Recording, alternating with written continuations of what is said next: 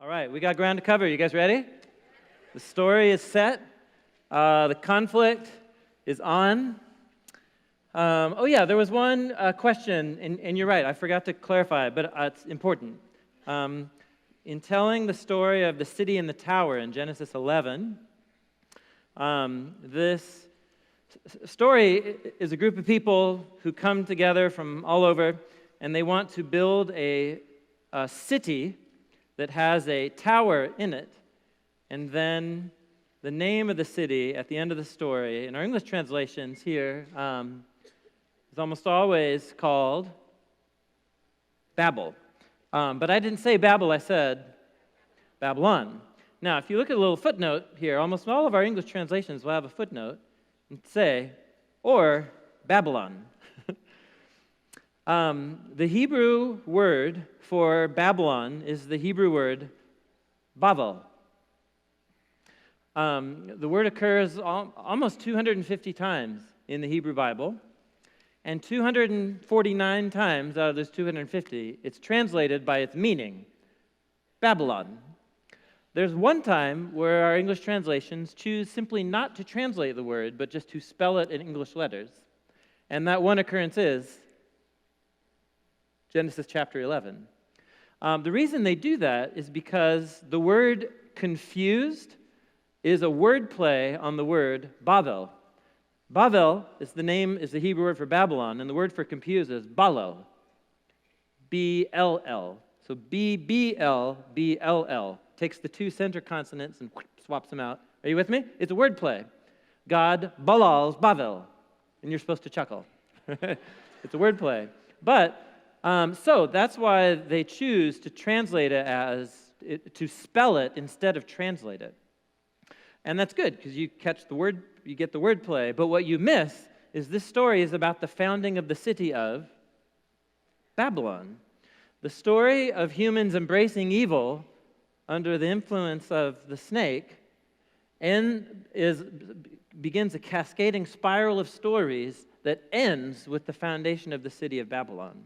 And that's going to be crucially significant because the seed of Abraham is called out of the scattering of the city of Babylon. The city scattered, and then you get that genealogy right next to it. We're back to the photo mosaic of the seal on the beach placed next to the bat, and you're just supposed to ponder the relationship between those two. And so Babylon provides the setting for Abraham's family to wander from the land of Babylon and then be called by God. And then they're going to be called, as we're going to see, into the land, the promised land. And the descendants of Abraham can live under God's blessing and goodness in that land as long as they obey the covenant, which we'll talk about in a second. But does Abraham's family obey the terms of the covenant? They do not. Welcome to the long, complicated story of Joshua, Judges, Samuel, and Kings. And Kings tells the story of Abraham's family getting the boot out of the promised land and exiled, and they're carried away to the city of Babylon. So the story of Abraham's family retells the story of all humanity in Genesis 3 through 11. Just as humanity is given every opportunity and divine instruction to do the right thing, they don't. They embrace their own destruction by redefining good and evil, and it ends in the city of Babylon. The family of Abraham is taken out of Babylon and given a new chance in the promised land with God's personal instruction called the laws of the Torah. And how do? About as good as Adam and Eve. And it lends them on a longer cascading spiral into self-destruction that ends them all the way back in the place where they came from, Babylon. And that's very intentional, that the story of Abraham's family begins in Babylon and then ends in Babylon. And Babylon becomes, it's both a literal empire that existed in the ancient Near East, but in the biblical story, Babylon becomes an image of everything that's wrong with the collective human race. And it's why the last book of the Bible uses what name to describe the nations of the world unified in rebellion against God? The last book of the Bible is called the Revelation, and who's the big bad guy? The big bad nation in the Revelation? Babylon. yet. And this is very intentional, because Babylon is the Torah's way of describing when whole societies redefine good and evil and exalt themselves, and then they become Babylon. Anyway, there you go. So that's the thing about Babylon. Whoever asked that question, I think it was Mary. Thank you. And to clarify. Okay, so, but we're at the point where the seed of the woman traced to Abram has been called out of Babylon. And what God wants to do is, through the blessing on the seed of Abram, restore the goodness and the life and the blessing that was forfeited by the human family in Genesis 3 through 11. And this begins the second main narrative movement of the Torah. It's the big story part 2. So big story part 1 was Genesis 1 through 11. It sets up the ideal and the purpose of this whole thing and what's gone wrong. So both the ideal and then the plot conflict. And then how is God going to address this conflict? The first big part is that he selects the family of Abraham to be the carriers of divine blessing out to the nations of the earth. And God not only just says it, we watched him say it in Genesis 12, that he wants to restore blessing to the nations. He said it in poetry, by the way. Genesis 12, 1 through 3. It's poetry. And it goes into the narrative, and you begin reading the narratives of Abram and his family. And good guy or bad guy? Abram.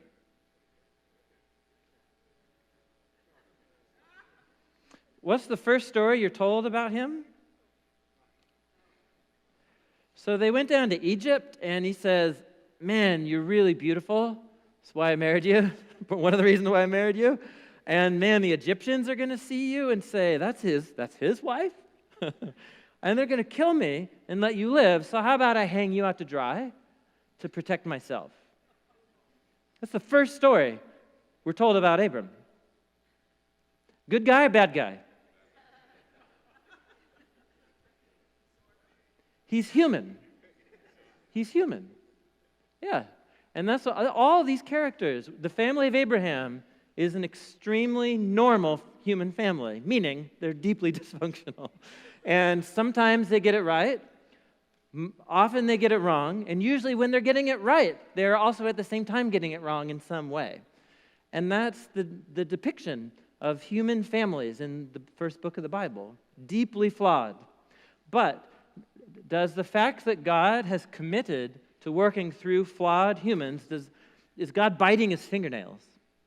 Does human frailty and moral compromise, can it ultimately thwart God's purposes to bring about goodness and life and blessing for his world? Answer, no. He will not let evil and death and curse be the end of this story.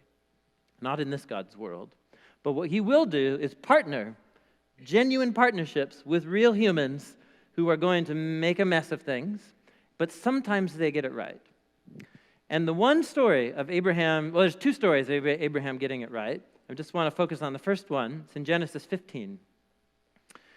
And we're years into the story after God's first promise to him, and he still has no kids.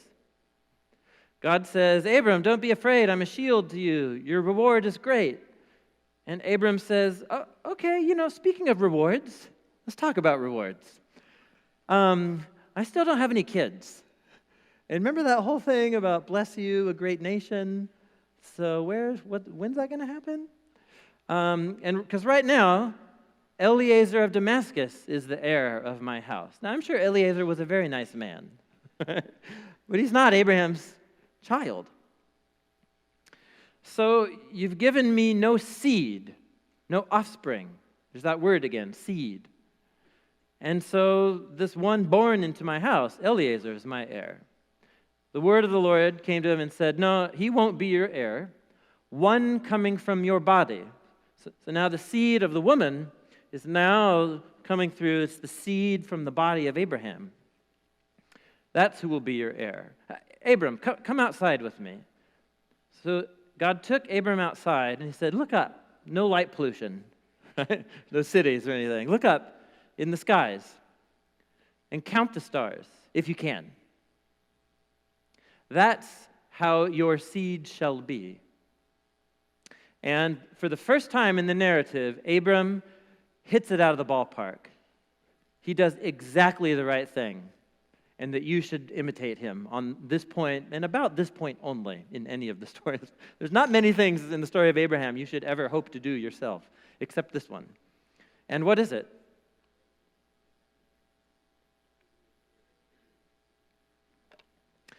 It's the first good thing, unqualified good thing Abram does in the narratives about him. He believes.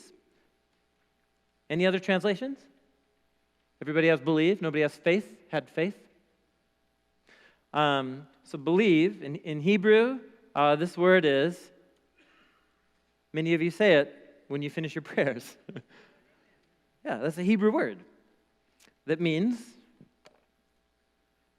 true, trustworthy. So when you say amen, and in Hebrew, to amen someone else means that you consider someone or something trustworthy. I prefer just the short English word trust instead of the English word believe, mostly because belief and even the English word faith has come in the history of English to have a lot of overtones that don't capture the personal relational quality of Hebrew amen. But trust has that. Yeah? If I trust you, I don't trust that 2 + 2 is 4. You know, so I believe that it is. It's cognitive, and therefore I do it, and then I know that it is, and I don't need to trust that it is. So trust is a personal. It's a personal move that I make in a relational setting to commit myself to someone, even without having full evidence. I have reason to consider God trustworthy. In this case, Abraham has reason to believe God's trustworthy, but there's still this realm that remains unknown and unprovable to him. And so, based on his history so far, he ventures out in amen. He trusts. He has faith. So, one of the first in the story so far, he's one of the characters who does the first good thing that has there's nothing in this moment that you're wondering, like, well, what were his motives? Or, like with Sarah, who giving his wife away. This is good. And what's the first good thing that somebody does in the story of the Torah? They have faith. Now, I'm harping on this point because I feel like we began with a passage at the beginning of the day where somebody said, Old Testament 101, salvation in the Messiah comes by. I might be belaboring the point, but I'm just... What does the Old Testament give you wisdom about? Salvation through faith. Where did Paul the Apostle get the idea that the Old Testament teaches salvation through faith? What is salvation in this story? It's that God is going to, through the seed of Abraham, restore goodness and life and blessing by the seed of the woman who's going to crush evil at its source while being crushed by it. That is salvation. The word hasn't been used yet. It's going to in this story. But that's salvation. And who's the first person in the story who becomes a model to us of how to relate to God who's trying to extend salvation to us? Abraham. And what's his hero moment in the story? Conquering his enemies? Oh, doing nothing. Activity-wise, just this radical trust that God can do something that right now seems impossible. And here it's his family, his body, right? That God could create life out of what he considers the deadness, the inability of his body and his wife's body to generate a new human life. They're in their late 80s by this point. And that's it right there. He considers that God can create life out of nothing. Now I feel like I've heard a story about that before. Oh yes, it's called page 1. Right? So God's creative ability to bring life out of circumstances that seem bound for death is what Abraham trusts in. And this is exactly what Paul's keying in on here in 2 Timothy 3. It's as if the Bible is an actual unified whole. Imagine that. Imagine that. Okay, now, one more thing in Genesis 15 before we jump back up and keep zooming. God's response to Abraham's trust is to consider Abram to have a relational status with him, and that is a status of righteousness. Righteousness. This is going to be key in a lot of Paul's other writings: faith, righteousness. But righteousness, it's another one of these Bible words that in English it's hard to know what anybody means by it anymore, because only religious people use the word for the most part. In Hebrew, the word is tzedek, or there's another form sometimes called tzedakah. And at its core, it means right relationship. It's a relational word that refers to doing right by someone. Maybe a verbal way to say it is doing right by. It's by being a person who's characterized by doing right by others in all of your relationships. And so God, in the Psalms of the Old Testament, He is the ultimate righteous one. He always does right by people. And sometimes God's righteousness means bringing justice on those who are destroying themselves or other people, the wicked. And other times, God's righteousness is to vindicate the oppressed and the suffering, like in the story of the Exodus. But God is the ultimate one who always does right by others. And then, humans are called to do righteousness and justice, or to be righteous, which means to do right by God. And according to Genesis 15, verse 6, what is the ultimate way to do right by God and be in right relationship with God? To do anything? No, you just receive. You just trust that God is at work to do something that you could never do in and of yourself. That's what's happening in the story here. Salvation by faith in the book of Genesis. The next thing that God does is He tells Abram to start cutting all these animals in half and to create this huge bloody mess of animal carcasses on the ground. I'm not joking. That's actually what happens next, right? He cuts apart a goat, a ram, and a cow. He cuts them in half and arranges the pieces in this ritual shape on the ground. So bizarre. And then Abram takes a nap. A terrible darkness and sleep falls on Abram, and they go through this covenant ceremony. We could spend so much time here. We don't have time. It's an amazing story. But what we're told by the end of the story is, on that day, the Lord made a covenant. Next key word here, covenant. Add it to the mix. Covenant. I'll use the shorthand, covenant. A covenant is a formal promise relationship where I can tell you, hey, I'm going to, build a shed in your backyard. Okay, shake on it, you know. A covenant would be, we get a piece of paper out. That's the piece of paper is those slaughtered animals, right? That's the ritual ceremony, is our version of signing a contract. So we get out a piece of paper. I, Tim Mackie, will by August 15th, 2017, do this. Sign, you sign, covenant. Are you with me? God is signing His name and character to this promise that He's going to bring about goodness and life and blessing to the rebellious nations through the seed of Abraham that's going to live in this land. So covenant. So now God has not just said that He's going to do it, He's signed His own integrity on the fact that He will bring this blessing to all of the nations. It's a crucially important moment in the story.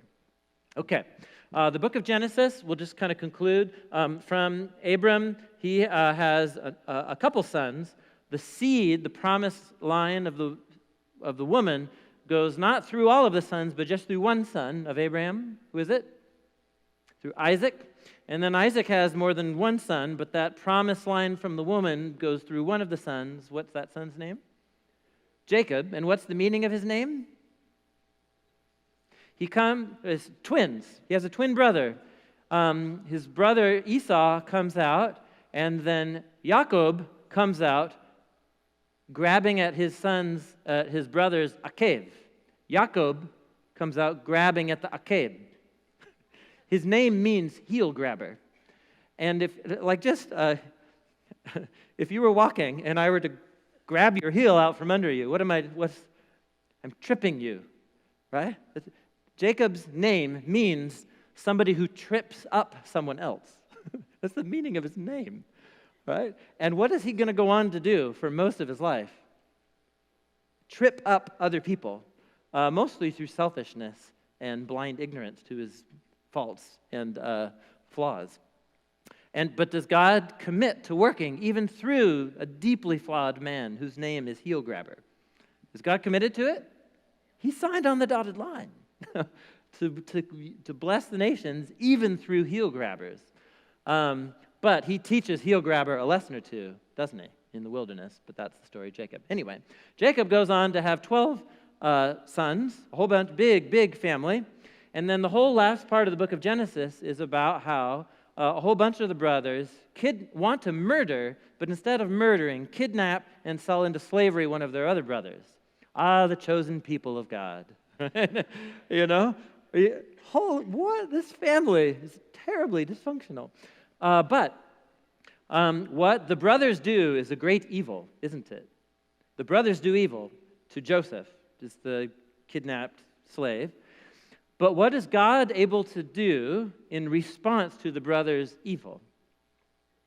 The whole story of Joseph is about God taking Joseph from slavery and elevating him one step by another to become second in command over the kingdom of Egypt, where he was sold into slavery. And then, irony of ironies, Joseph's brothers, you probably know the story, come down to him in the famine, looking for food, and who do they find in Egypt? That guy they sold into slavery. And they reconcile eventually. It's a dramatic story. You should read it. It's incredible. And eventually, Joseph reveals himself to his brothers, and he invites the whole family of Abraham to come down to Egypt, the family of Jacob. So they all come down. And the last paragraph of the book of Genesis is right after Jacob dies. So the grandson of Abraham. And Joseph's brothers are freaking out because they're all of a sudden saying, well, maybe Joseph is really still angry at us for that whole kidnapping slavery thing. And maybe he's just been waiting for our dad to die. And now he's like one of the most important men, most powerful people around. Maybe now he's going to bring the hammer of justice on us. This is what they say.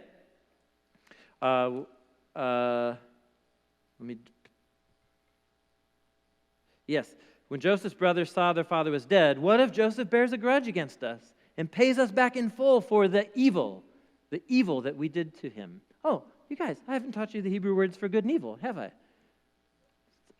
Big oversight. Good. Good. In Hebrew, it's the word tov. Why don't you say it with me? Tov. Evil, in Hebrew, ra. Doesn't it just sound? Ra.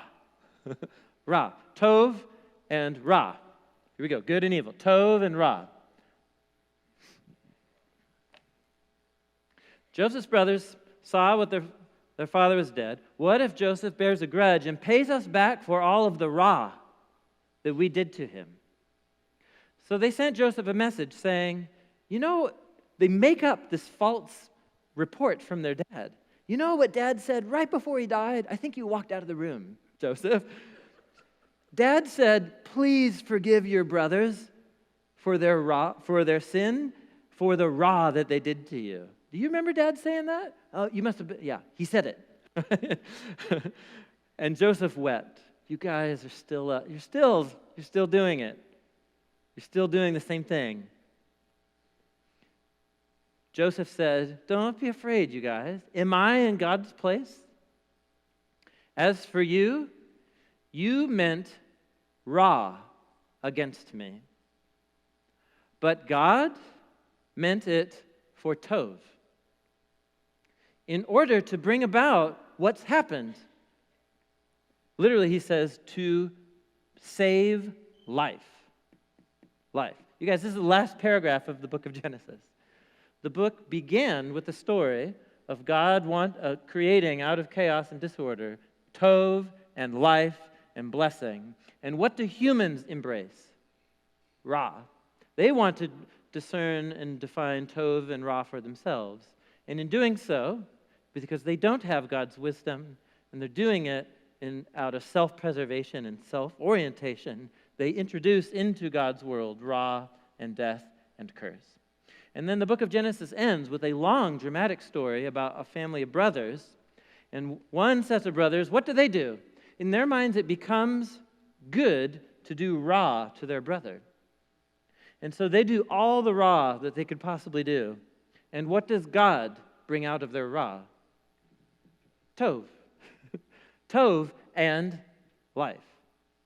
You guys, I have a dear friend of mine who's a professor of Hebrew Bible at another school. We both became Christians at Skate Church in the same time.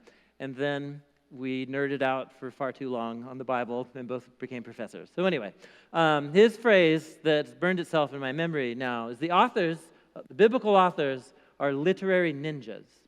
But do you guys remember that movie, Crouching Tiger, Hidden Dragon? It's epic. So it's just a movie about awesome samurai and ninja warriors. But the whole thing is they're almost magical. They're almost superhuman in their ability. Like they have these sword battles where they're like dancing on tops of cedar trees, and it's incredible.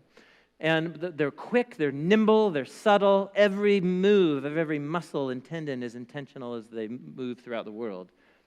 That's exactly how sophisticated these authors are. The beginning and ending of the book of Genesis are stories about humans doing evil and God reversing their evil to bring about Tov and the creation of life. Are you with me? The book of Genesis. It's about salvation through faith in God who wants to bring about good and life in the face of evil and death. That's what the book of Genesis is about, you guys. It's precisely what's going on here. And so that's how you walk away from this first part of the story of Yahweh and the family of Abraham.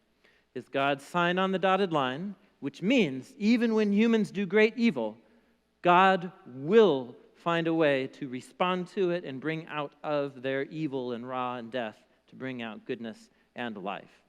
And you saw it within the context of one family. You see it now in the second part of movement 2, in the next big story, which is right here, Exodus 1 through 15. And this is the story, Exodus 1 through 15. Anybody? It's the book of Exodus, and the first half tells the story of the Exodus. Who's the big bad guy in this story? It's Pharaoh. And so the family of Abraham is down in Egypt. And look at the first words of the book of Exodus. They just are so literary ninjas. Here's the names, just to remind you, of all the family members. Joseph and all that generation died, but the sons of Israel were fruitful and increased greatly and multiplied. Be fruitful and multiply. Anybody? It's the blessing, yeah? It's the blessing. So you're watching the blessing that was given to all humanity, that humanity forfeited. It's now passed on through Abraham's family. And now the covenant that he would become a great nation is happening. It's that blessing. So yay, hooray, the land is full of them. Blessing, all right. Dun, dun, dun, dun. Instead of a serpent crawling into the garden, who crawls into the story? It's Pharaoh, king of Egypt. And did he know Joseph? He said to his people, these Israelites, there's so many, and they are more powerful than we are. Let's Deal wisely. Let's be shrewd here. Or else they will multiply. And in the event of war, they could join those who hate us, fight against us, and leave the land. What's the next 15 chapters going to be about? Of someone fighting against Pharaoh, king of Egypt, so that the Israelites can do what? Leave the land. His nightmare is going to come true, but not in the way that he anticipates, right? Because who is it that's going to fight Pharaoh? The Israelites? They're not going to lift a finger.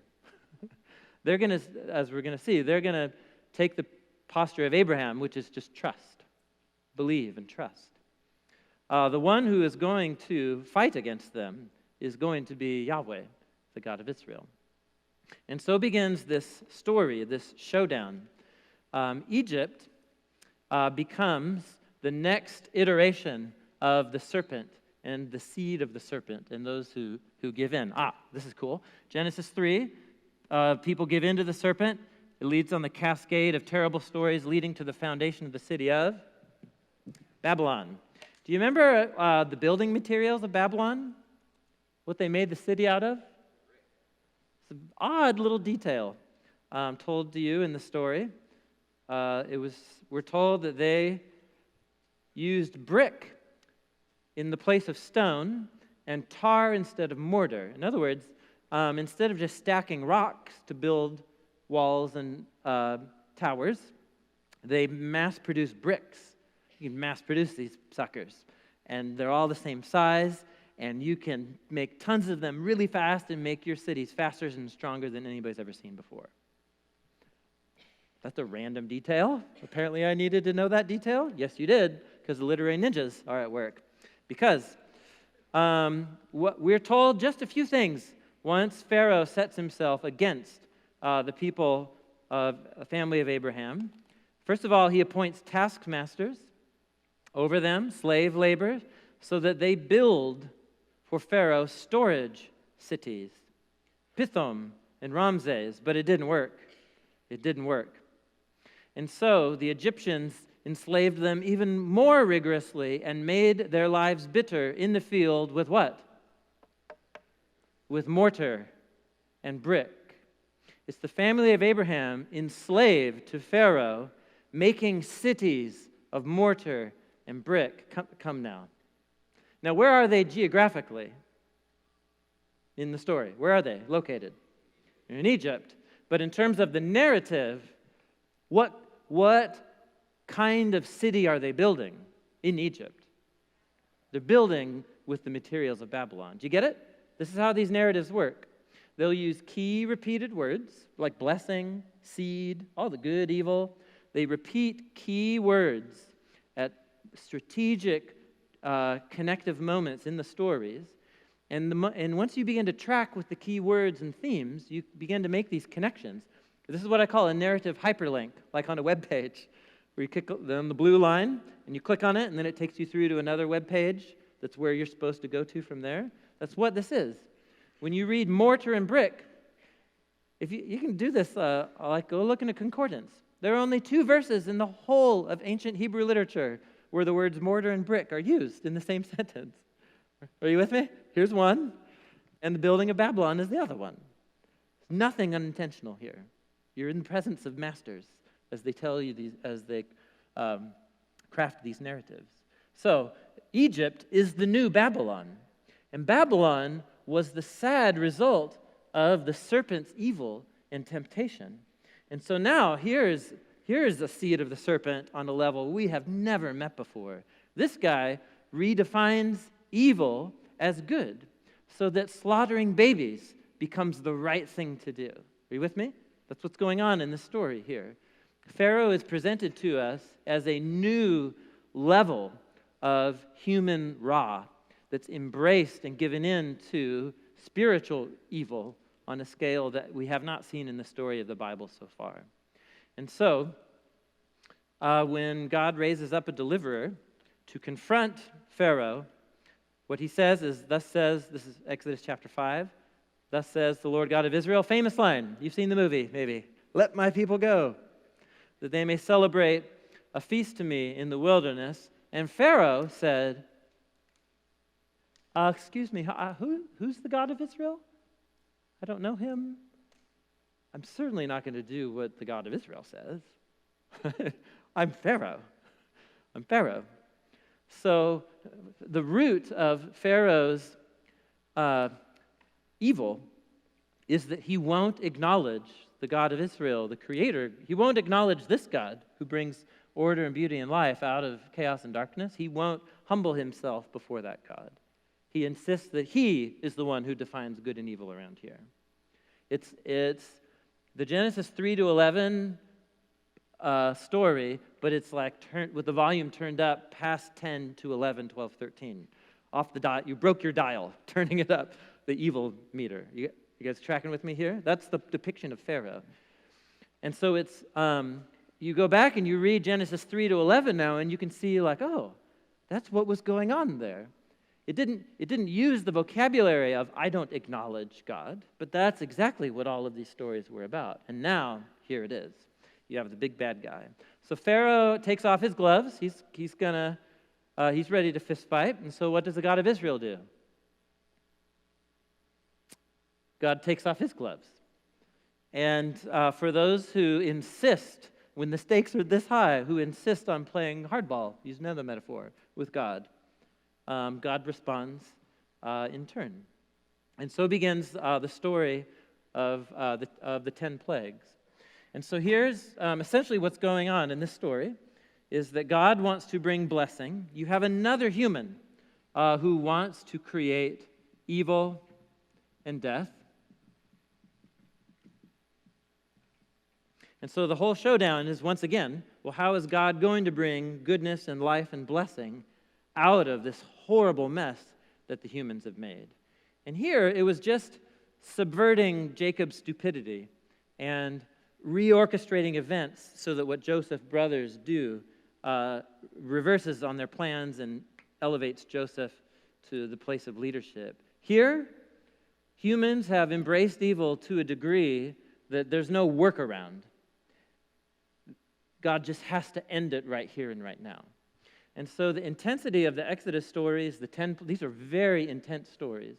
I have found, personally in reading them and then in teaching them in many different contexts, church and classroom, that modern Western readers, especially people who live in a more comfortable social situation, have a difficult time reading the Exodus narratives. Because it's hard for us to see God like with such aggression.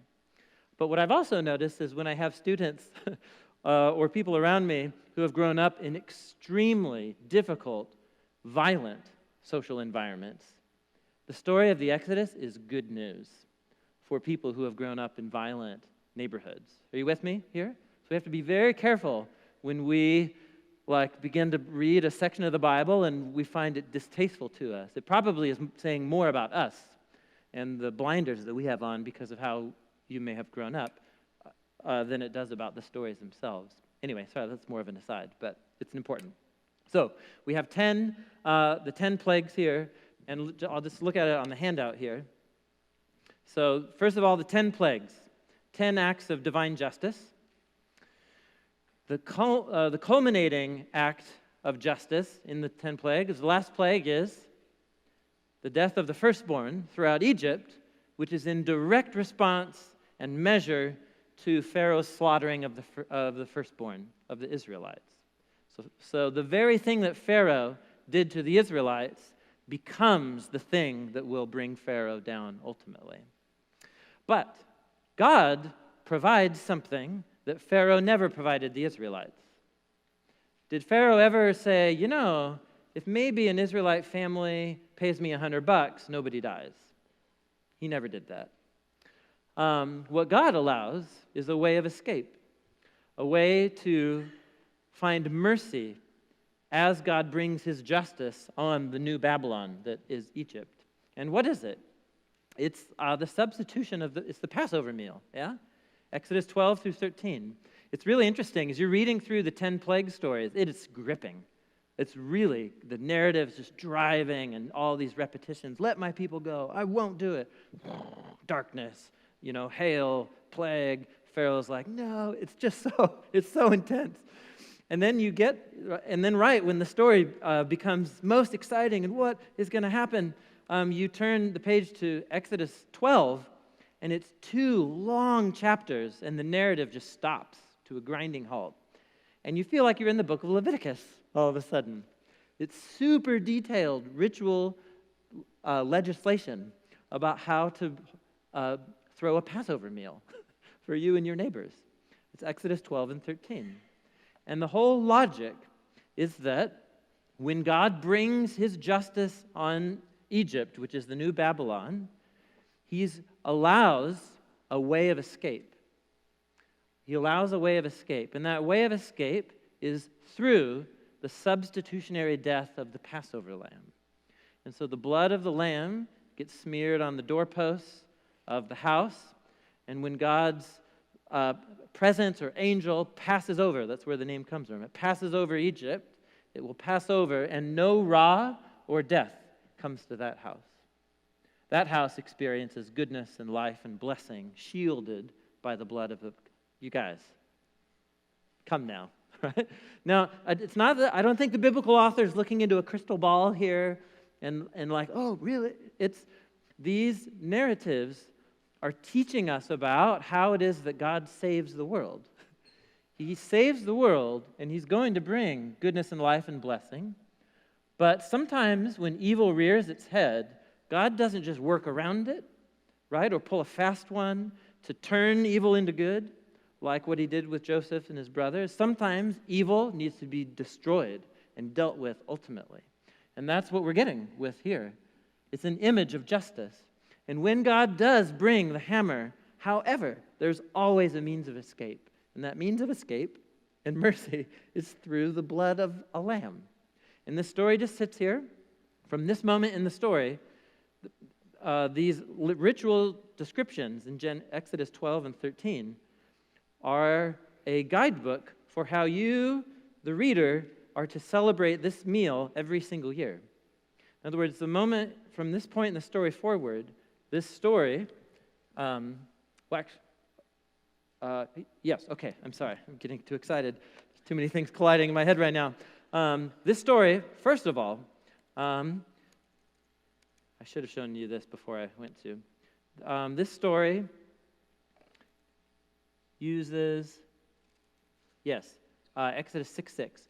This story where God tells Moses he's going to save the Israelites is the first time the word redemption is used in the Bible.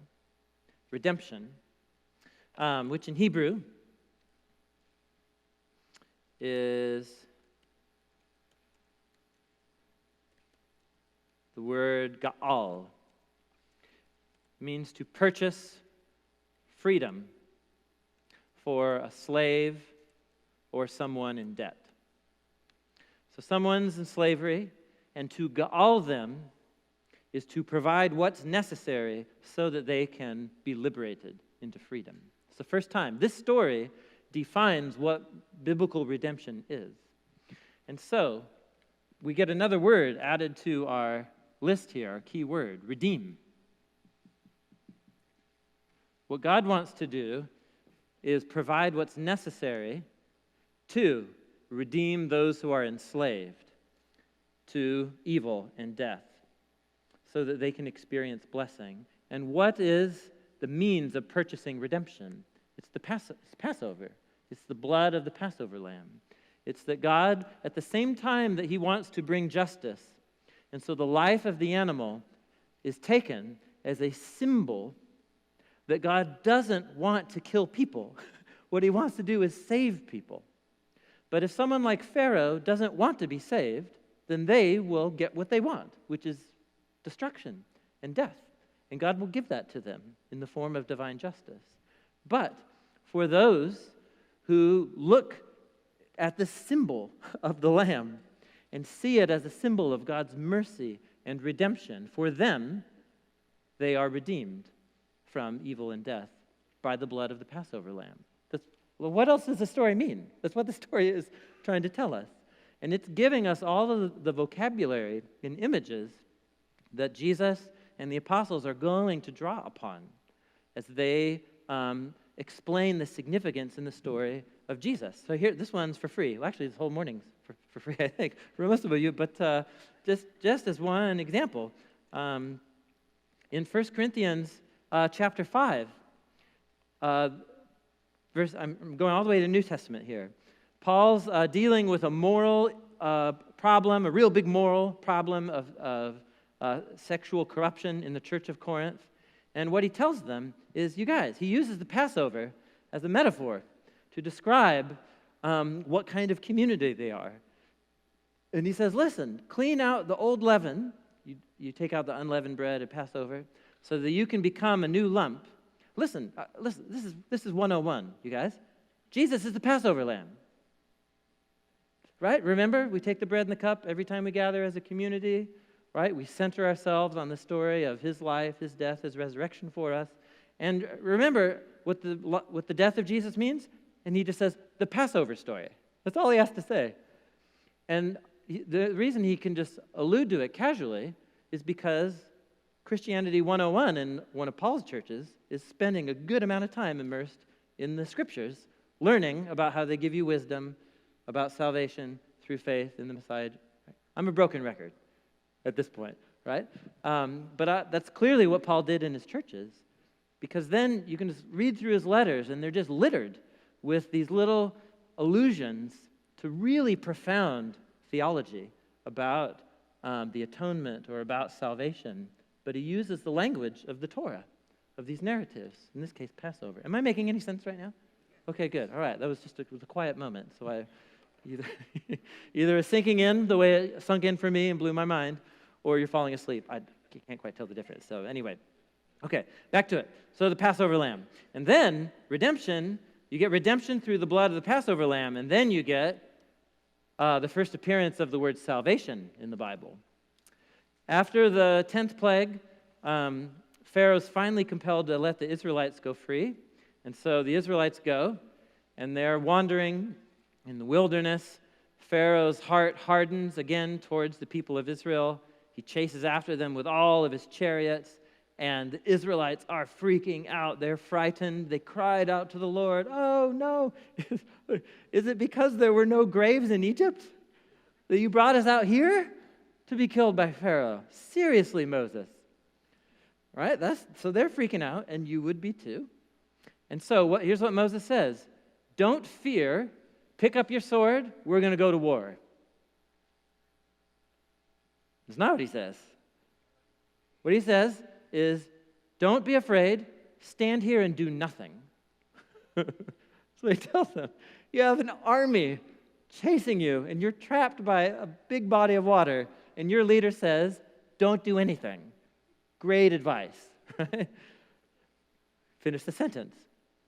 Do nothing, because you're going to watch the salvation of the Lord that he will accomplish today. It's the first time the word salvation is used in a narrative that shows you what this word means. And what is the meaning of salvation? When the embodiment of the serpent's evil is chasing you down, and all you see is the wake of destruction and death and dead babies, right, that Babylon and Egypt have created in the world. How do God's people resist?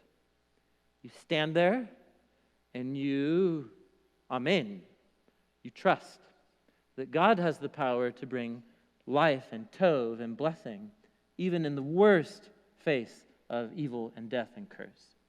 And this, my friends, is what salvation means in the Torah. Salvation. Do you want to know the Hebrew word for salvation?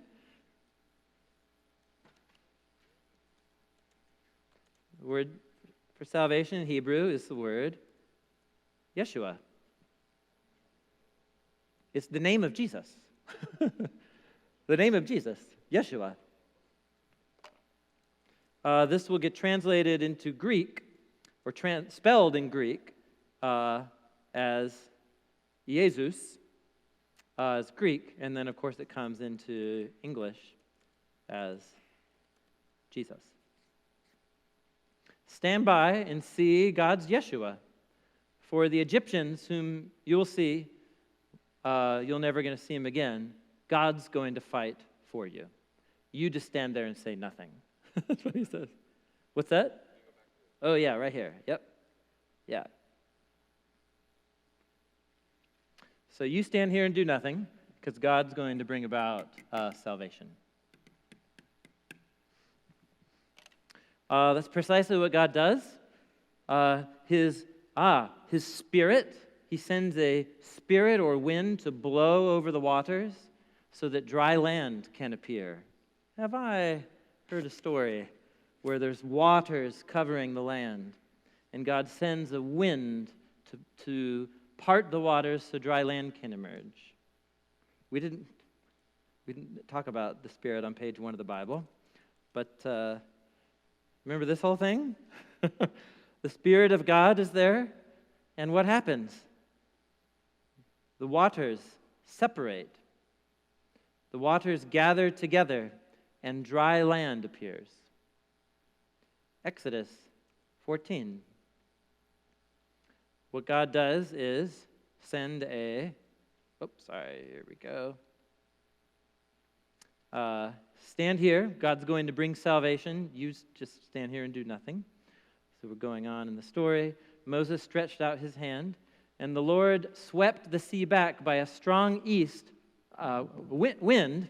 Sorry, I'm throwing so much Hebrew at you. The Hebrew word, ruach, is the Hebrew word for wind.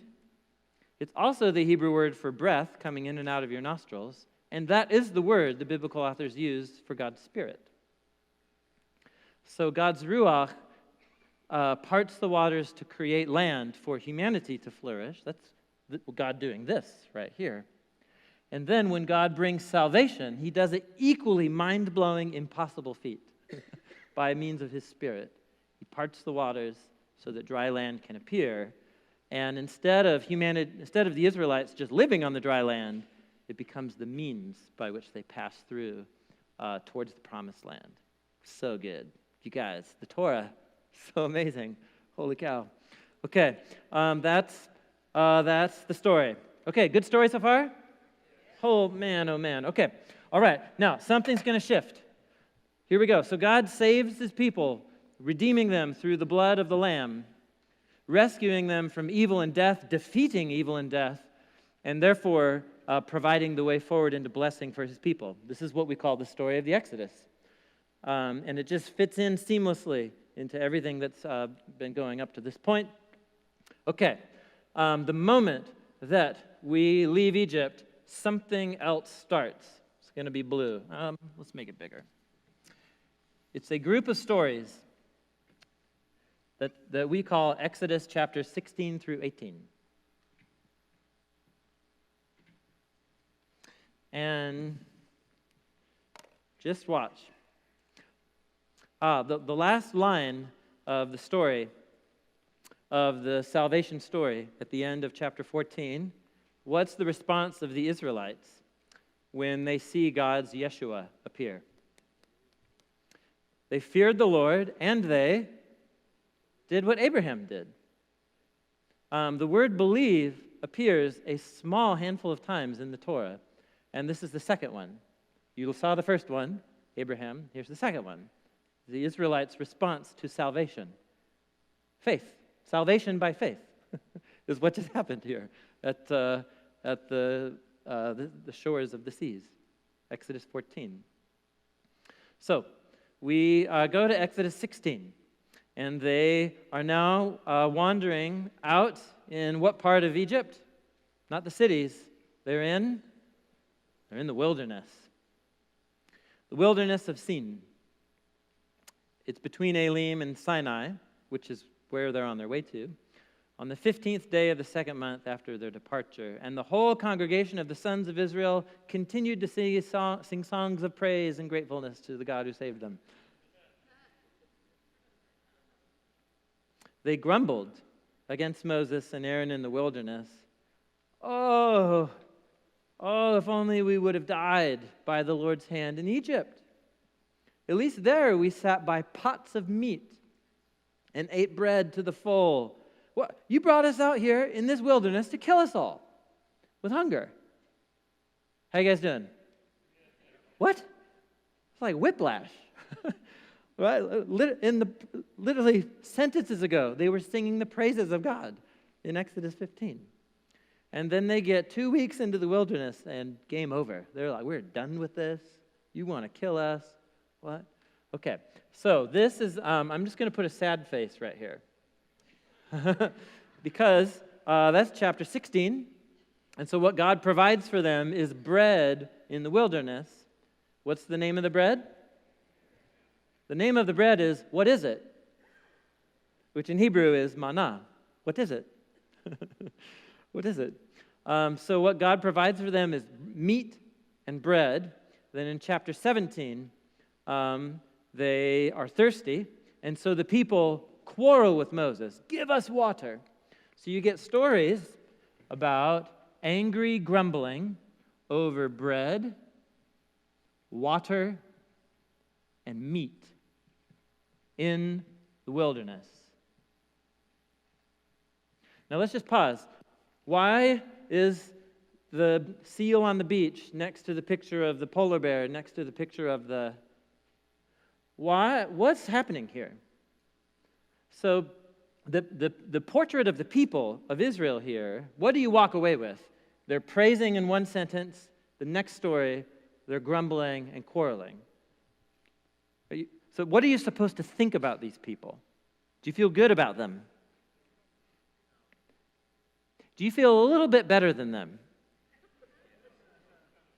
You do. That's the effect, isn't it? That's the effect of putting these stories next to each other. Why? Why do you feel better than them? It's an important question. Yeah, you would like to think that if you saw what just happened in Egypt, that if you got 2 weeks in the wilderness and ran out of food, that you would continue to have what? You would like to think that you would continue this pattern of believing and trusting. But what we find is a story of people's faith running dry, metaphorically and literally. They don't have any water, right? So their faith runs dry. And you feel better than them because you're certain that you would do differently. I'm sure you would do differently, right? Do you see what's happening here? It's very intentional. So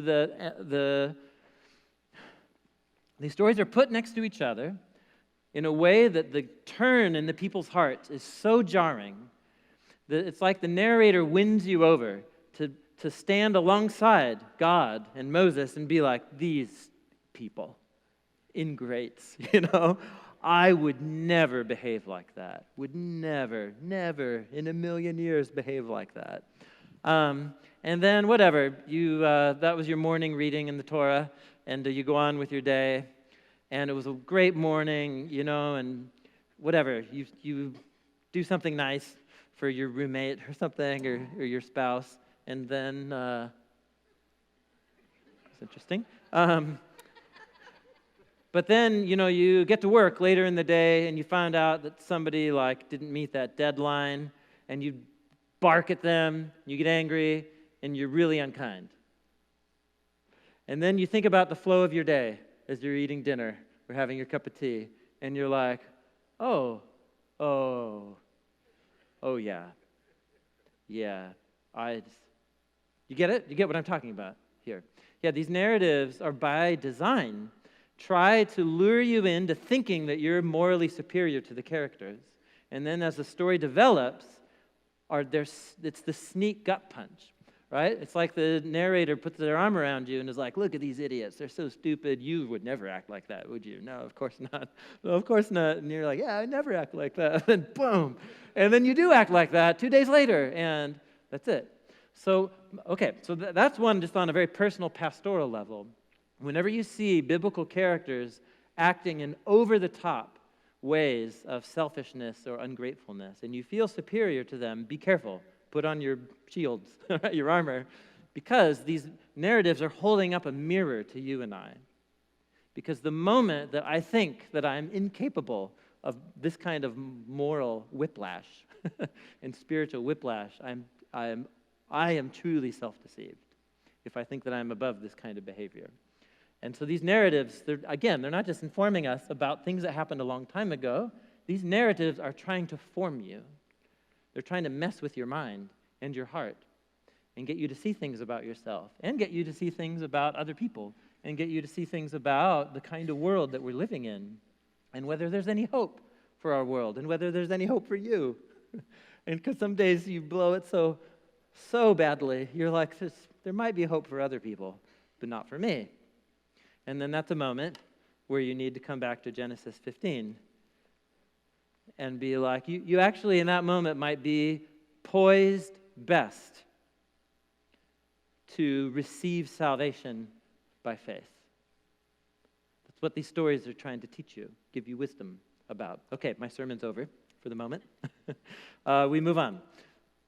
The people wander through the wilderness, grumbling the whole way. Rah, rah, rah, rah, rah. Then they get to the foot of a very, very important mountain. What's the name of this mountain? Mount Sinai. Okay, so here we go. Foot of the mountain. I'm drawing lightning. Some of you know why.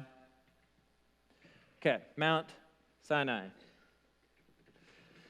And this is where, if you're reading through the Bible in a year, you get here about late February or March, and then you stop. You're reading through the Bible because this is where the laws start. You start with the first 10, which are the famous 10, yeah? 10 commandments, and then come 603 more. Ancient laws given by God to the people of Israel, and you're just hanging on for dear life. So, what I want to ask the question is, how does that huge block of laws out Mount Sinai fit into the story so far and into the stories that follow? And once again, it'll be just like the photo mosaic. Once you start to ask that question, you see the nose appear, and you see the eye, and you see the facial shape. Okay, here's what's going to happen. The stay at Mount Sinai is going to last 1 calendar year, if you pay attention to the chronology. It's going to last 1 calendar year, and it's going to take up Exodus 19 through 40, the whole book of Leviticus, and Numbers, chapters 1 through 10. So in terms of literary space, literary real estate in the Torah is precious, right? It's expensive.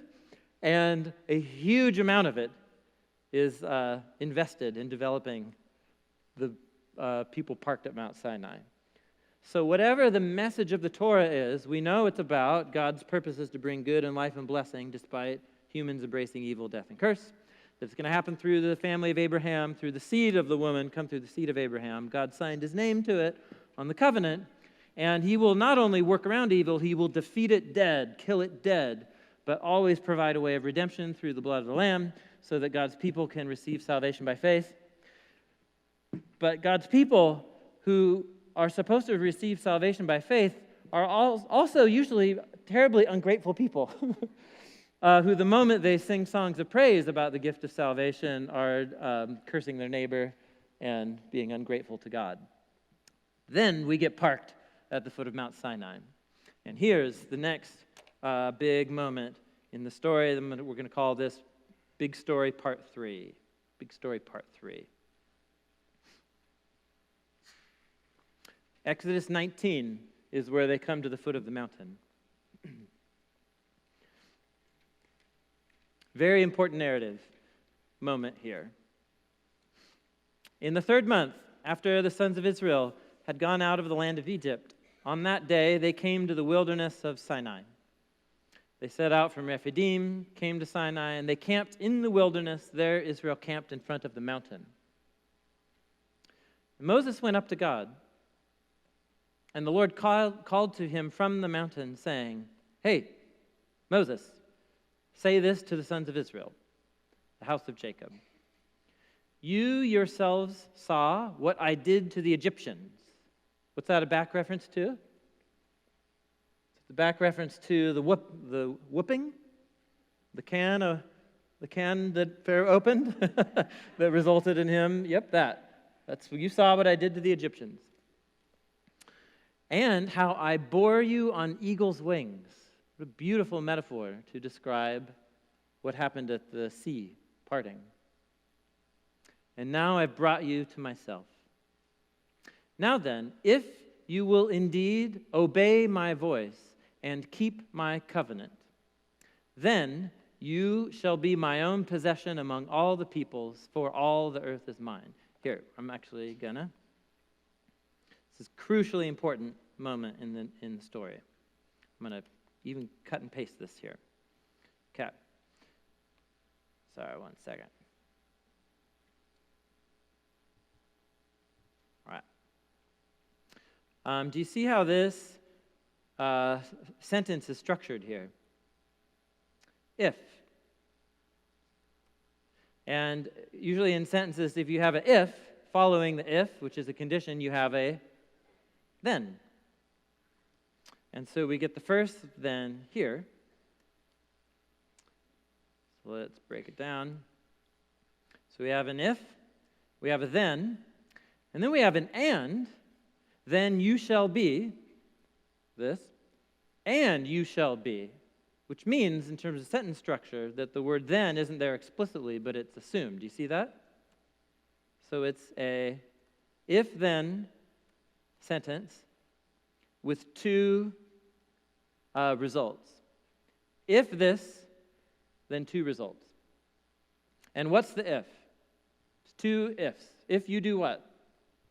Obey my voice, keep my covenant. Now, does God have a covenant with the family of Abraham so far? Well, it's the one that he made with Abram, but with the people standing there? Not yet. It's a preview. It's what's about to happen. They're about to enter into a covenant ceremony. This is the opening words, the invitational words. So I'm about to make a covenant with you. If you obey, and if you keep the terms of the covenant, here's what will result. You will show yourselves to be my special possession. Listen, all the earth is mine. I could pick anybody here, right? But I'm picking the family of Abraham. I'm picking you. So you will show yourself as my unique people, called out from among the nations, if you obey and if you listen. It's the first thing. And then, so what will be the result of them being God's special possessed people? You will be to me a kingdom of priests and a holy nation. And so here you go. You guys, this is the big shebang right here. A kingdom of priests. What do priests do? What do priests do? So let's see, you have a deity. Usually priests represent gods or deities. And you got priests. And what does the priest do? They stand between a God and people. So who's the God? It's Yahweh, the God of Israel.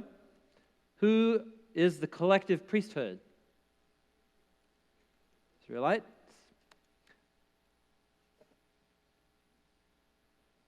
Who are the people?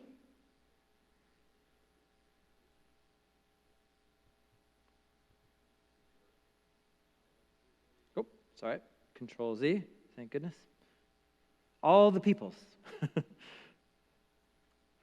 All nations. So do you see what's happening here? And what's the last thing we know about all the nations? Genesis 3-11. They've made themselves God's enemies. So here's where this story is going. God wants to bless all of the rebellious nations through the family of Abraham. How? We know it has something to do with the seed, right? With the seed of the woman who's going to crush evil at its source while being struck and crushed by evil in that victory. And that's somehow connected to a kingdom, a priestly people who are going to be called to obey the terms of the covenant. And if they obey, then they are going to mediate God's character, the righteousness, the justice, the generosity of God to all of the nations. And that will be a form of blessing. It will be the nations looking on and saying, oh my gosh, look at the way these people live as different kinds of humans. Look at what Moses says. Here's another key passage about the law. This is in Deuteronomy chapter 4. Deuteronomy chapter 4, verse 5. This is later on in the Torah, but he's talking about the same idea here. Moses says, look, you guys, I've taught you statutes, judgments, just as the Lord my God commanded me, that you should do all this in the land you're entering to possess. Keep the terms of the covenant, the laws. Do them, for this is your wisdom. Your wisdom. This is your wisdom and your understanding in the sight of the peoples. You stand as a unique, priestly, set-apart, redeemed, saved people of God. And you are called now to respond to your salvation with a new calling as a community.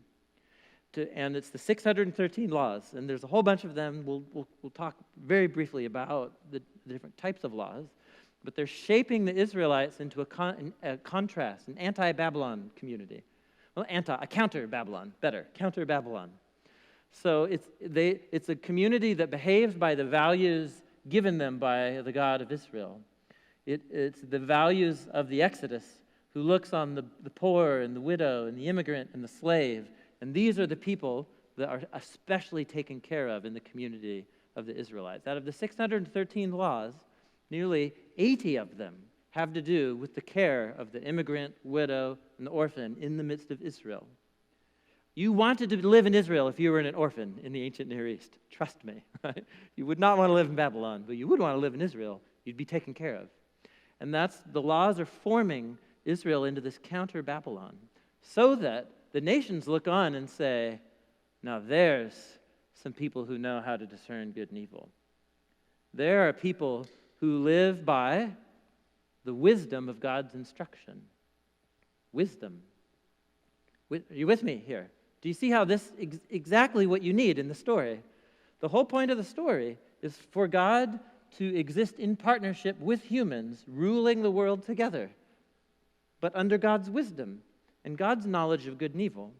And that's precisely what these laws represent. It's God giving to ancient Israel what in their context was a new vision of good and evil and a new vision of communal existence, to rule the promised land in a way that brings goodness and life and blessing instead of evil and death and curse like it did in Babylon. Do you see how this all connects together here? So here's what we can say. We can say this is all about, let's use red here, coming back to our covenant language. We're coming back to the nations. When Moses, on a number of separate occasions, when he talks about the purpose of all of these laws, I'm just going to give you one example. This is at the end of the Torah, but again, we're just reflecting on the purpose of all the laws given to Israel. Moses says, "It shall be if you diligently obey." Remember, that was the opening words right here. If you obey the terms of the covenant.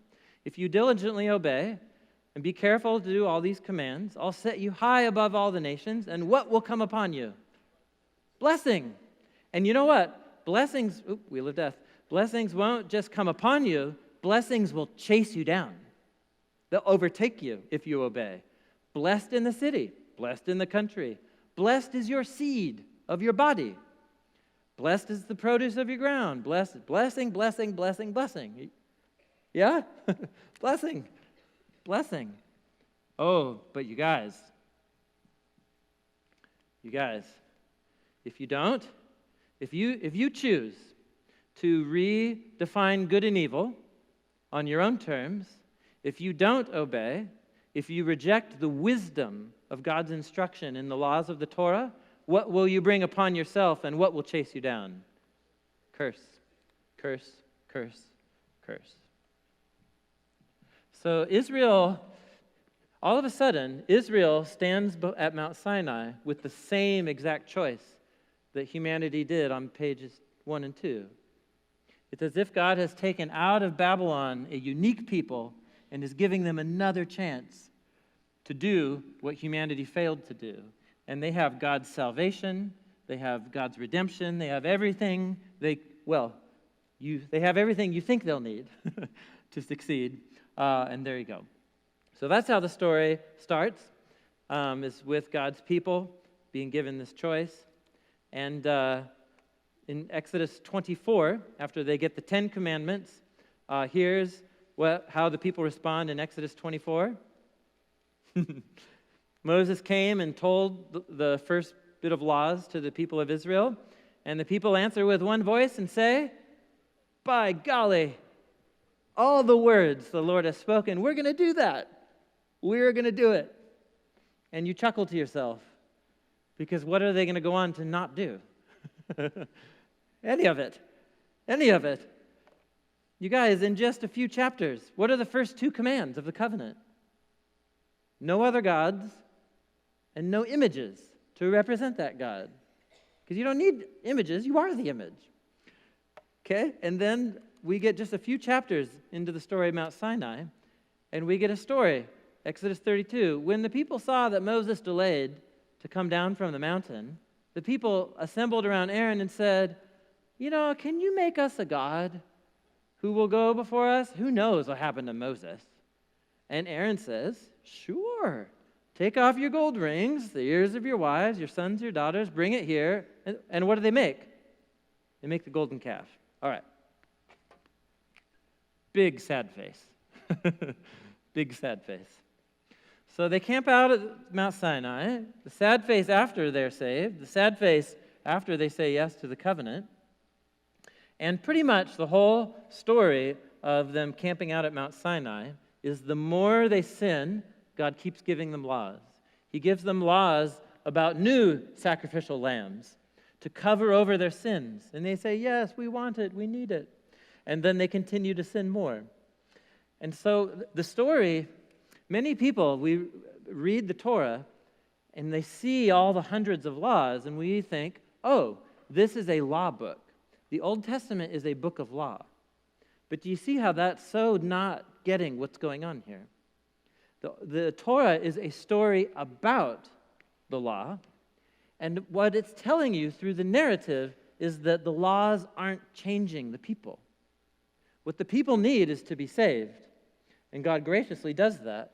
But when He calls them to become fundamentally different kinds of humans, which is what we really need by the plot conflict here, they're unable to do it. You guys. They leave Mount Sinai in Numbers chapter 10. They're here for 1 calendar year. Go to the first story for when they leave Mount Sinai. It's remarkable. First story, they leave Mount Sinai with trumpets. Yay, hooray, here we go. The cloud goes out before them, leaving Mount Sinai. We love God, God loves us, we're going to obey. Numbers chapter 11. Then the people became like those complaining of adversity before the Lord. And the Lord heard it. He was so over it. So over these people. Go to verse 4. Then the rabble among them had greedy desires, and they wept and said, "Oh, if only we had meat."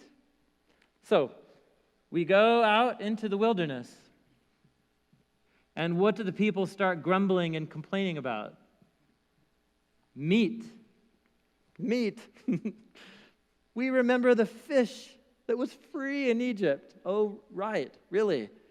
I remember hearing about that. So what does God provide for them again? Manna. Look at Numbers chapter 12. Then Miriam and Aaron speak against Moses. Now it's in the family, the rebellion. Oh, this is really bad. Bad road trip in the wilderness. Look at Numbers chapter 13. Hey, let's send the spies into the land of Canaan. Do you know this story? They send the spies in, and how many bring back a good report? 2. And what tribe? Who are they? Caleb, who's from the tribe of Judah, and Joshua.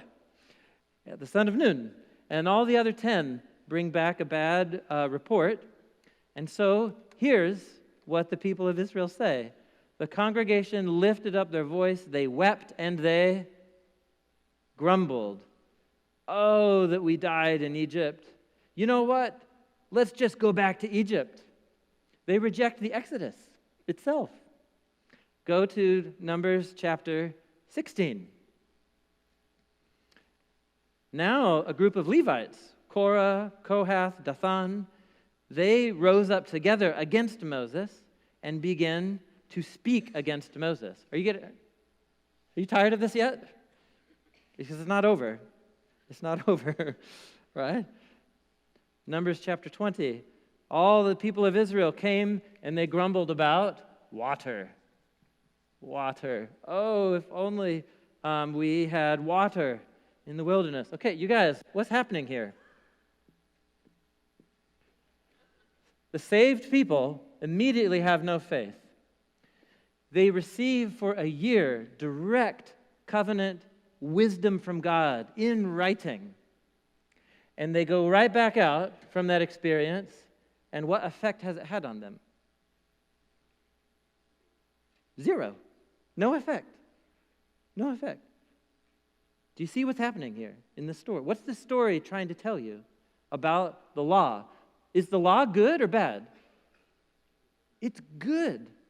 The law, if people follow it, have the ability, God's wisdom and instruction through the laws of the Torah has the potential, if followed, to form the counter Babylon, to create a new and different kind of community that lives under God's blessing and goodness in life.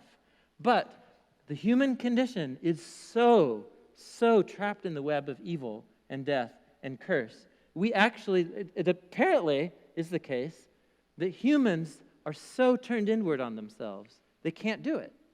And so paradoxically, the law that was supposed to bring Tov ends up bringing Ra on Israel. Do you remember? If you obey the laws, you'll experience blessing. If you disobey the laws, curse.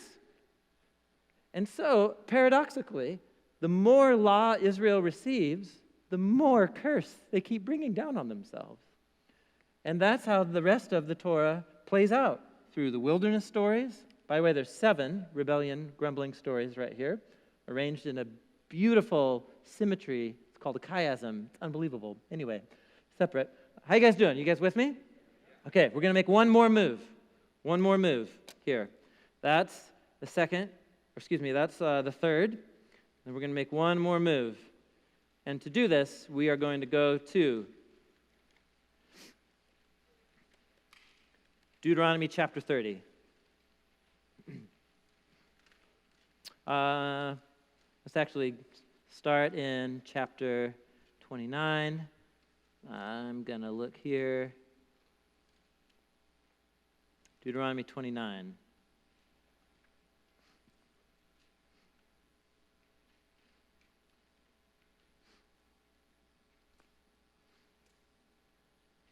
Sorry, one second. Oh, I'm thinking 31. Okay, no, 30. I was right the first time. Okay, Deuteronomy 30. So here's Moses. It's the last book of the Torah. Deuteronomy. Moses is standing before the people who are about to go into the promised land. He can't go in because he had his own downfall in one of these stories. So he's not going to go in, but he's giving words of warning and wisdom to the people of Israel before they go into the land. And after 40 years with these people, after they rejected the Exodus, what do you think Moses' expectation is about how the people are going to do, obeying the covenant? Deuteronomy 30. So it shall be, when all of these things come upon you, the blessing and the curse, and you call them to mind in all of the nations where the Lord your God has banished you. So they're about to go into what land? The land promised Abram, right? They're going to go in, and they're going to go in on the terms of this covenant that they made at Mount Sinai. And Moses says, well, you're going to go into the land, And once you're booted out of the land, and the curses have come up, once you had a little time of blessing in the land, and then you're going to get the boot from the land, and the curses are upon you. And by the way, where is the place where they're going to be booted out of the land? Babylon. Yep. So the curse is going to be land them in Babylon. Don't forget that. Babylon. So it shall be when you call to mind. However, does that mean that Israel's evil and death and curse gets the last word? Does human evil and death and curse ever get the last word in this God's story? No. So, when you call to mind all of this in Babylon, and when you return, when you turn back to the Lord your God and obey him with all of your heart and soul according to everything I command you today, then the Lord will restore you from captivity and have compassion on you and will gather you from all the peoples where he scattered you. Now let's just pause. Okay. So what does God say? Is there always a chance to turn this story around? By what? Repentance. Repentance, turning back to God. But you guys, what's the fundamental problem with these people? They keep repenting of their repentance, right? Like when you repent and start obeying God with all your heart and soul, but that's the problem. The problem is that no matter what God does, save them or give them written instructions on how to obey, they don't do it. We're at the paradox here of God's love and blessing meets the obstinance and brokenness of the human heart and mind. And it's the fundamental paradox. How is God going to save people who ultimately don't want to be saved? What has to happen? And so, okay, you can repent and turn back to God, but the problem is that it never lasts if you do it in the first place. And so Moses knows this. He's quite aware of this. He spent 40 years with these people. So look what he says. Even if you're outcast to the ends of the earth, the Lord your God is going to bring you back when you obey him.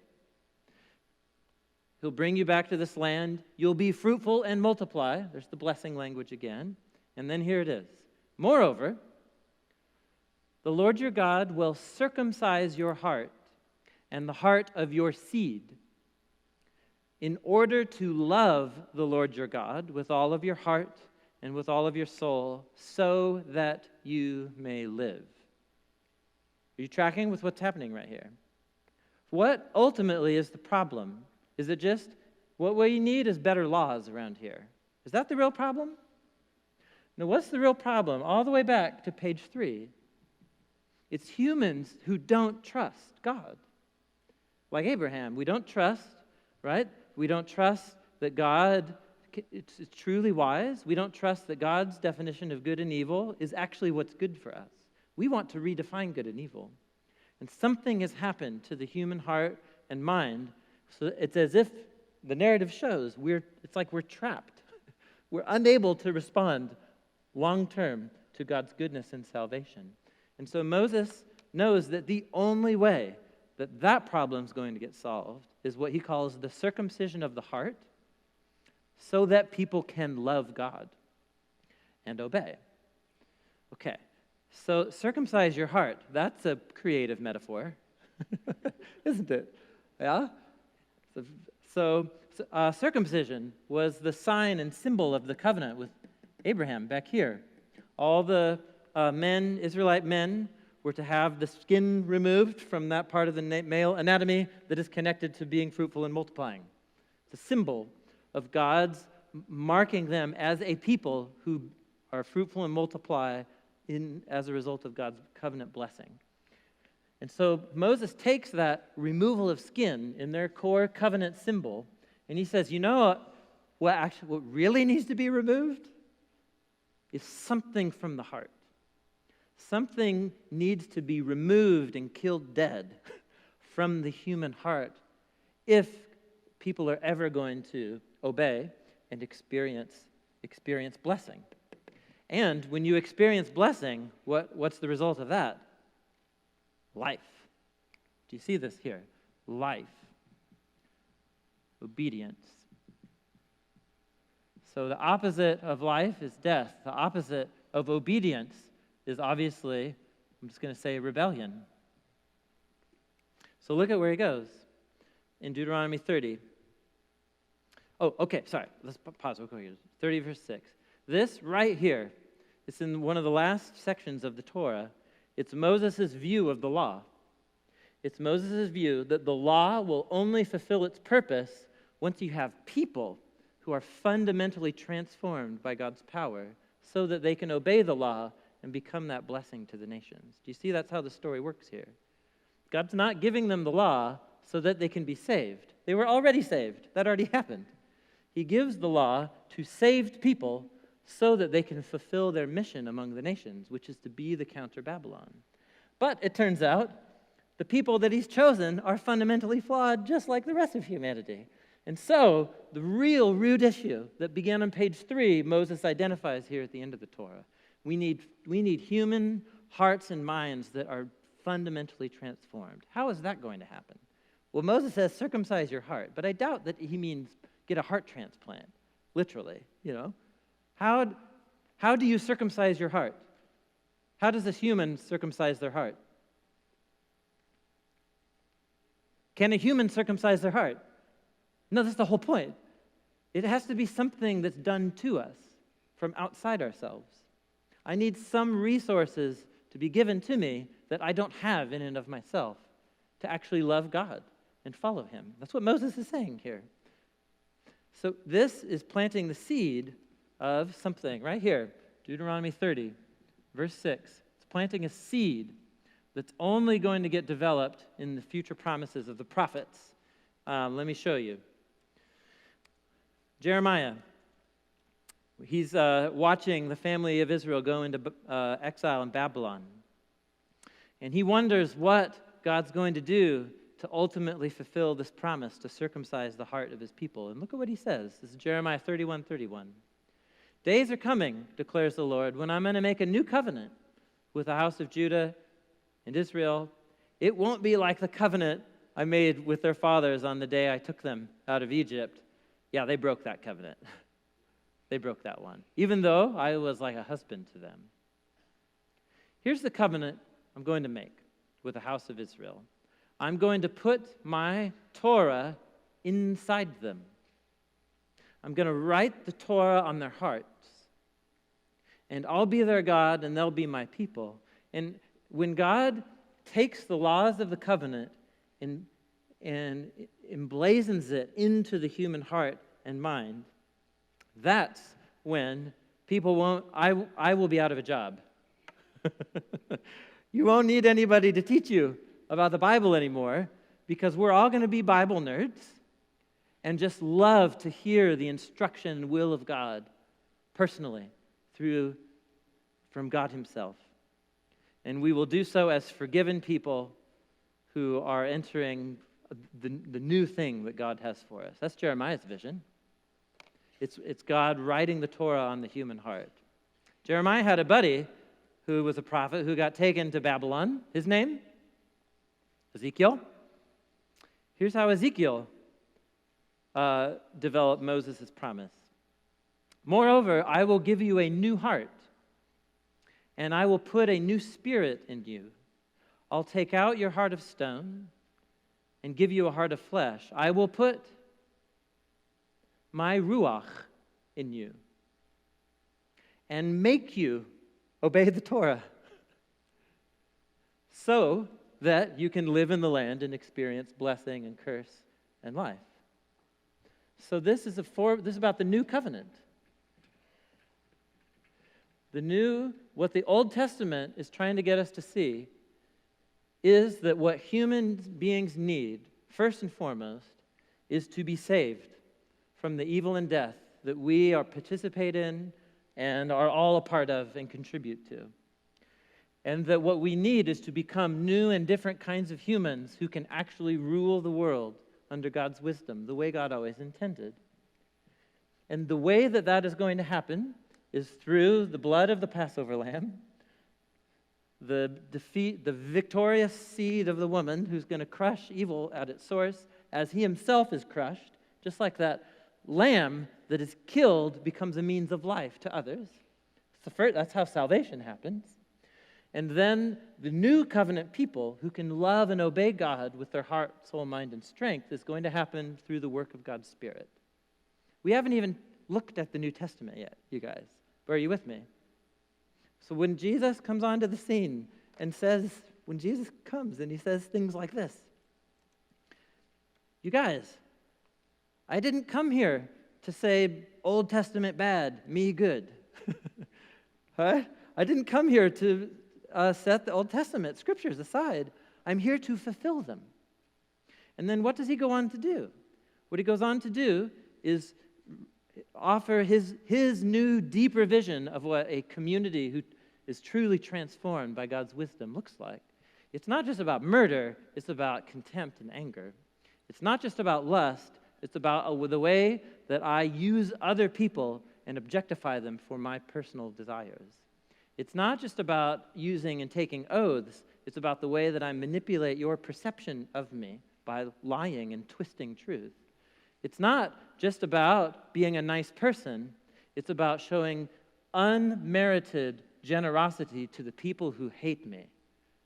That's the kind of humans that mimic the Father. Are you with me? It's Jesus.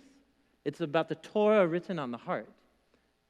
And that's precisely what's happening then, of course, in Acts chapter 2, in Pentecost, and when the Spirit comes, and God comes to inhabit his new covenant people in the movement of Jesus, and it spreads out of Jerusalem to the nations. And all of a sudden, the Jesus movement becomes a movement of people who find themselves energized by the personal presence of the Spirit, and they're able to follow Jesus and to fulfill the purposes of God's covenant in ways that God's people had never been able to up to that point. And all of it began with the moment of the cross and of the empty tomb. The moment that Jesus took into himself the evil and the death of the curse, he allowed it to destroy him, and then he conquered it through the resurrection life and love and power of God. Amen? You guys, the Torah's purpose is to give us wisdom for salvation through faith in the Messiah, Jesus. And Jesus said the Torah and the prophets are about his pointing to the meaning of, they explain what his death means and what his resurrection means and what the power coming on God's people through the Spirit to send them out to the nations to be a new and different kind of community in the world. There you go. That's what this is about. I've been talking for so long right now, but I wanted to bring it down to a close right there.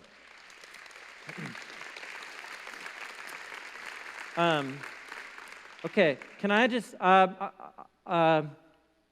show one Bible project video? It's 5 minutes. It's cartoons. You're gonna love it. It's not me talking head up here. I can show you many videos. This is our YouTube channel. We've got tons of videos up here. I love them all, but we make one series called theme videos where we take themes and run them through the whole story of the Bible. And there's this one we made on the law that I'm quite happy with. And it will bring especially the themes of Mount Sinai and all this stuff together. So let's just rock that, and then we'll shut her down. There are actually a total of 613.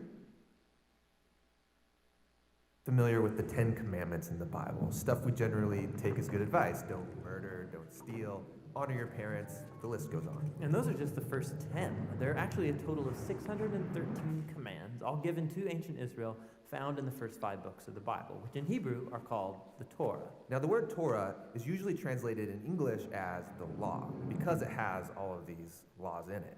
And as you read through them, you wonder, am I supposed to obey some of these, all of these? I mean, what's the purpose of the law? Well, that translation is kind of confusing, because while the Torah has laws in it, the book itself is fundamentally a story about how God is creating new kinds of people who are fully able to love God and love others. And when Jesus taught about the Torah, he said that he was bringing that story to its fulfillment.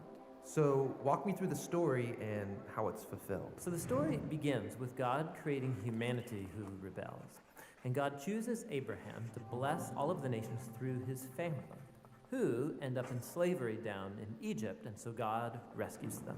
Then at Mount Sinai, God makes a covenant with Israel, like an agreement. And all of the laws that Moses gives to Israel are the terms of that agreement. They're like a constitution. And so some of the laws, they're about rituals and customs that set Israel apart from the nations. Other laws are about social justice or morality. And by following these, Israel would show the other nations what God is like. Okay, so the rest of the Torah is just the complete list of laws that Moses gives Israel? No, the rest of the Torah just continues the story. And the 613 commands are only a selection from that original constitution. And even these have been broken up and placed at strategic points within the story. Now pay attention, because you'll see a really clear pattern. Moses gives the first laws to Israel. Yeah, don't worship other gods, don't make idols. And then right after that, there's a story of Israel breaking those very laws. Yeah, they worship the golden calf. And so Moses gives some more laws, and then you get more stories of rebellion. Some more laws, rebellion again, some more laws, more rebellion, and you start to see the point. Right, no matter how many laws, they're just going to continue to rebel. So at the conclusion of the Torah's story, Moses gives this final speech to Israel as they prepare to go into their new home. And he tells them, you guys, I know that you're not going to follow all of God's laws. You've proven to me that you're incapable. And Moses says the problem is that their hearts are hard and that they're going to need new, transformed hearts if they're ever going to truly follow God's law. And he was right. I mean, the story goes on to recount Israel's total failure. They go into the land, they break all the laws. Right. Now, the next section of books in the Jewish tradition are the 15 books of the prophets, and they reflect back on the story. For example, Ezekiel, he said that if Israel was ever going to obey the law, God's Spirit would have to transform their hard hearts into soft hearts. And Jeremiah said that's when obedience to God's commands wouldn't feel like a duty, but they would be written deep in their hearts. And Isaiah, he promised a future leader, Israel's Messiah, who will lead all of the people in obedience to the law. Now, in Jewish tradition, all of these books together are called the prophets, even the historical books, because they're continuing the story told from the perspective of the prophets. Okay, so we have the law and the prophets, and they're telling one connected story about God's desire to bless the whole world through a people, Israel, who it turns out needs a new heart. Yes, and Jesus saw himself as continuing that story. So he agreed with the law and the prophets when he taught that it's out of the human heart that come the most ugly parts of human nature. It's like the default setting of our hearts is opposed to God's law. But Jesus also said that he came to solve that problem, and in his words, to fulfill the law. So what does he mean there, to fulfill the law? Well, first he said that the demand of all of the laws in the Torah could be fulfilled by what he called the Great Command, that we are to love God and to love others. So that seems pretty easy. I mean, we all want to love. Well, we think we want to love. But Jesus showed how love is far more demanding than we realize. So he quotes the law, do not murder. And he says, yes, not killing someone is a very loving thing to do. But then he also says that when you treat someone with disrespect or when you nurse resentment against them, you're also violating God's moral ideal because you're not treating that person with love. And so Jesus said true love ought to extend even to our own enemies. So even though this command seems very simple, Jesus showed how our hearts are not currently equipped to fulfill even this basic command of God to love others. And that's kind of a downer. But where Israel failed, Jesus brought this story to its fulfillment. As Israel's Messiah, he fully loved God and others, and he showed all of the nations what God is truly like.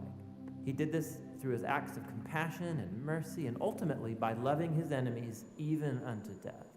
And after his resurrection, he told his followers that he would send God's Spirit to transform their hearts so that they could follow him and fulfill the purpose of the law, to love God and to love their neighbor. So this fulfills the story of the law and the prophets, or in the words of the Apostle Paul, the one who loves fulfills the law.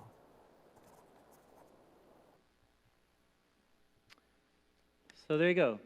I'm just going to close in a word of prayer, and then I'm happy to hang out and talk. Isn't this amazing? Dude, the Torah is unbelievable. And it's not just like our minds, but it's like it's reading our mail. You know? And it's, so the only appropriate thing to do is to talk to the author, in my opinion. Father, thank you for this incredible gift that you've given us in the scriptures. Thank you for Jesus. Thank you for the one who came to do what we cannot do for ourselves. Thank you for your love, your covenant commitment, the presence of your Spirit that is saving, that has saved, is saving, and ultimately will save us and our world. We want to yield to your presence and your Spirit. We want to become new and different kinds of people who can show other people your true heart, the heart of Jesus. Jesus, go with us as your disciples today. We want to love you and love our neighbor. As our minds are full, so are our hearts. We pray in the great name of the risen Jesus. Amen? Amen. It's a privilege to be with you guys. Go in peace.